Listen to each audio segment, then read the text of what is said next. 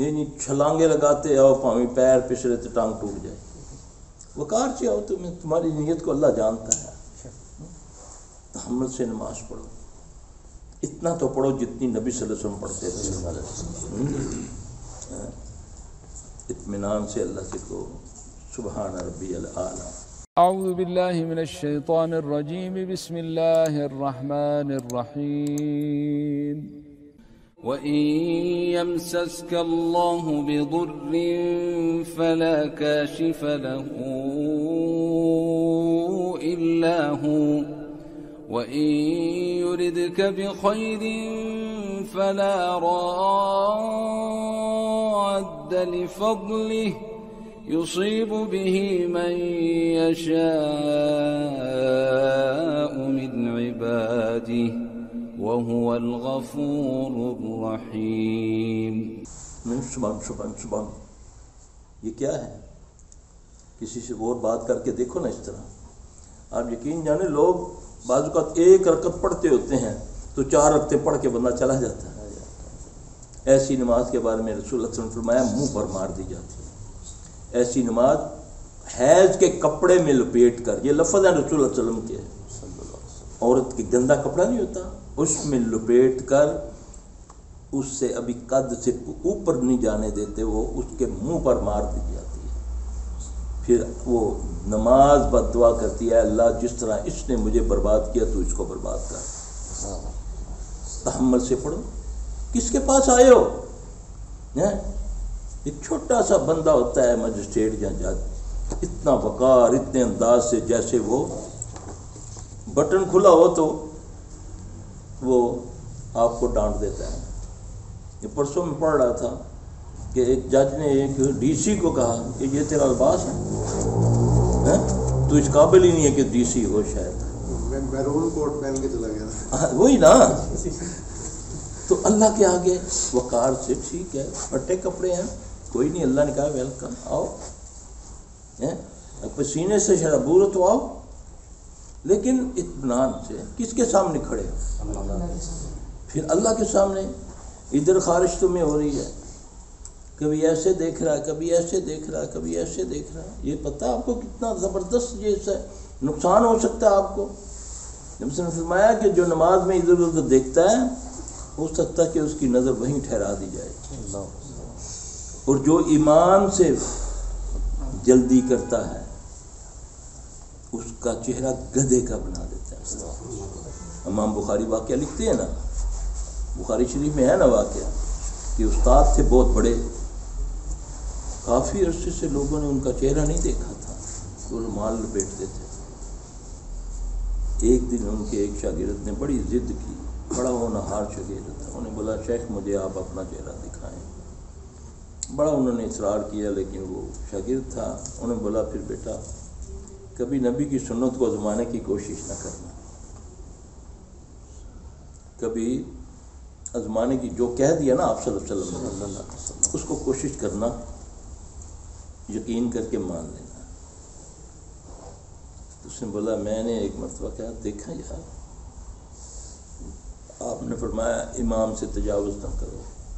امام رکوع میں اور تم سجدے میں چلے جاتے ہو، امام ابھی سجدے میں ہے تم اٹھ کے بیٹھ جاتے ہو، امام ابھی کھڑا ہی نہیں ہوا اور تم کھڑے ہو جاتے ہو. کتنا نازک مسئلہ ہے نا. انہوں نے بولا پھر انہوں نے جب رومال ہٹایا تو ان کا چہرہ گدھے کا تھا. جاؤ بخاری پڑھ لو. میرے پاس کئی کیس آتے ہیں، بہت سارے کیس آئے میرے پاس. ایک آدمی بیمار ہے، میرے پاس ایک لڑکا میرے جاننے والا تھا، بلکہ میرے استاد کا قریبی تھا، کراچی وہ جامعہ ابو بکر میں پڑھتا تھا. تو آیا، میں نے اس کو نارمل یہ کہتا جی مجھ سے نہ سورہ فاتحہ نہیں پڑھی جاتی. میں جب سورہ فاتحہ شروع کرتا ہوں نا تو پوری نماز میں الحمد سے آگے میں نہیں پڑھ سکتا، ویسے عام میں پڑھ لیتا ہوں نماز میں مجھ سے، اور پوری نماز میں اس کی یہی الحمد سجدے رکوع میں وہ اٹک جاتی اس کی سوئی وہاں پہ. اگلا معاف فرمائے الحمدللہ الذی عافانی مما ابتلاک بہ وفضل علی کثیر ممن خلق تفضیلا. اتفاق ہوا کہ مغرب کی اذان ہوگی، ہم نیچے آ گئے. وہ اتفاق سے میرے ساتھ اللہ نے مجھے دکھانا تھا، وہ میرے ساتھ کھڑا ہو گیا۔ اچھا جب نماز شروع ہوئی اب وہ میرے ساتھ ہے، پوری نماز میں الحمد الحمد الحمد الحمد الحمد الحمد، پوری نماز میں۔ اور میں اتنا زبردست ڈسٹرب ہوں، لیکن اللہ کا شکر ہے کہ میں نے اس کو اگنور کیا۔ میں نے بولا یہ کوئی جان کے تو کر ہی نہیں سکتا، اور یہ طالب علم ہے، دین پڑھا ہوا ہے یہ، اور میرے استاد کا وہ نواسا بھی ہے۔ میں نے سلام پھیرنے کے بعد میں نے اس کو بولا ہاں بیٹا یہ کب سے ہے تمہیں؟ کہنے لگا کہ میں نا ادھر جامعہ میں پڑھتا تھا، تو یہ بڑی پرانی بات ہے یہ، تو وہاں پر نا ایک لڑکا تھا غیر ملکی تھا، تو وہ میرے ساتھ اس طرح کھڑا ہو گیا، اس کو یہ تکلیف تھی، تو میں بڑا ہی ڈسٹرب ہوا نا، کہتا ابھی سلام پھیری نہیں تو میں نے اس کی بےعزتی شروع کر دی، اس کو میں نے ڈانٹنا شروع کر دیا، وہ بیچارہ خاموش رونا شروع ہو گیا، کہنا وہ ٹھیک ہو گیا اس دن سے میرے ساتھ یہ ہو گیا۔ اس لیے میرے بھائی بیمار کو بیمار سمجھو، بیماری سے نفرت کرو، بیمار سے نفرت نہ کرو، نشیوں سے نفرت نہ کرو، نشے سے نفرت کرو، تمہاری ان کو محبتوں کی ضرورت ہوتی ہے۔ بیمار کو نہیں کچھ دے سکتے نا، ہم تو شادی بیاہ میں دیتے ہیں لفافے، ہے نا، لکھاں کروڑاں ارباں پتی ہوتا ہے، تو بندہ اسپیشل انہیں ٹوکری لا کے رکھی ہوتی ہے، ہاں جی۔ یاد رکھنا یہ اسلام ان چیزوں کو نہیں مانتا۔ کسی نے کسی کو اس نیت سے تحفہ دیا یہ کل مجھے اس سے بہتر دے گا، یہ سود میں آتا ہے، ہاں جی۔ ضرورت تو بیمار کو ہے، لفافہ لے کر جاؤ نا، اس کے سرانے کے نیچے رکھو نا، کتنے کتنے سفید پوش ہیں، یقین جانے میں جانتا ہوں آج کل ہمارے قریبی ہیں، کام دیکھنے کو یہ ہے کہ ان کی سنہریوں کی دکان ہے، اور جس طرح رات دن وہ گزارتے ہیں ہمیں پتہ ہے، ہاں جی۔ بیماری ہے، مہینے کا لاکھوں خرچہ آ رہا ہے، بہت کوئی رشتہ دار ہو جو پوچھے، کبھی کچھ بیچ کے کبھی کچھ بیچ کے ہوتا ہے۔ دیکھنے کو آپ کسی کو کہیں تو وہ کہیں گے دیکھ پا ہوگا، نا امیر آدمی تھے دیکھ پہ، بڑے بڑے مجبور ہیں لوگ، بیماری تو کھا جاتی ہے۔ اللہ کسی کو لاچار نہ کرے، اللہ مجبور نہ کرے۔ یہ چینج کرو، یہ اپنا سسٹم، یہ میری بات یاد رکھنا، چینج کرو۔ شادیوں پر جو لفافے دیتے ہو نا، یہ بیماروں کو دیا کرو، جا کر ان کے لاحقین کو دیا کرو، پھر دیکھو اللہ تمہارے قریب نہیں آنے۔ یہ ہیلپ ہے نا اس کی بھائی کی، تو شادی میں پہلے ہی اس نے 10 لاکھ روپیہ لایا ہے، پھر نہ گوشت، کھوتیاں کا گوشت، کتنی ڈشیں ہیں، 23 ڈشیں ہیں جی، ہاں جی، پھر کھلوتا آیا پر ہی جانا پیا، انہیں لفافے دے ہی جا رہے ہیں۔ یہ اچھی بات ہے مہمان سے پیسے لینے، مہمان ہوتے ہو نا تو مہمان کو پیسے لے رہے ہو، یہ کیا ہے یار، کون سا سسٹم تم نے بنایا ہوا ہے؟ تھوڑے گھر مہمان آئے تو انہوں کو جی کیا ہے خرچہ ہے جی ساڈا، اینے دا مرغا آیا جی، تے اینے دے انڈے آئے، تے اینے دے پاوے آئے، اچھا لگے گا آپ کو۔ اسلام میں ایسا نہیں ہے۔ عبد الرحمن بن عوف رضی اللہ تعالیٰ عنہ بہت امیر آدمی تھے، دن میں کئی لباس چینج کرنے والے، اللہ کہ جب مدینے میں آئے نا تو ان کے جو لاحقین تھے انہوں نے بچوں تک کو چھین لیا، بچہ بھی ان کو کہتے ہیں یہ بھی ہمارا ہے، جاؤ تم محمد کے پیچھے صلی اللہ علیہ وسلم، ٹاٹ کا لباس پہن۔ مدینے پہنچے، بڑا آثار تھا،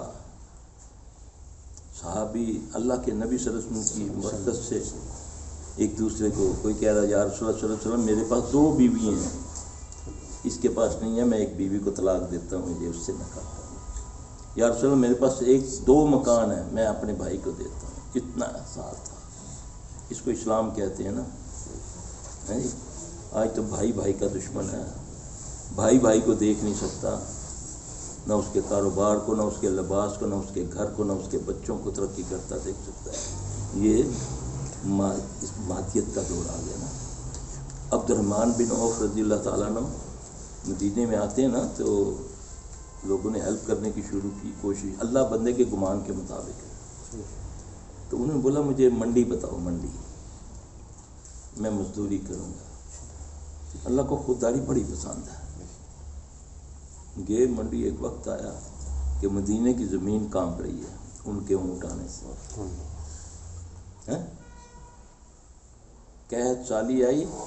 میں اس لیے بتا رہا ہوں برکات ہم نے کس میں سمجھ رکھی ہیں، جو کوئی ہاتھ سے پکڑائے یہ برکات، ہاتھ سے پکڑائے اللہ نہ کرے، اللہ ایسا نہ کسی کو تو، اللہ ہمیشہ اوپر والا ہاتھ نیچے والے ہاتھ سے بہتر ہے، ان کی خودداری ہے۔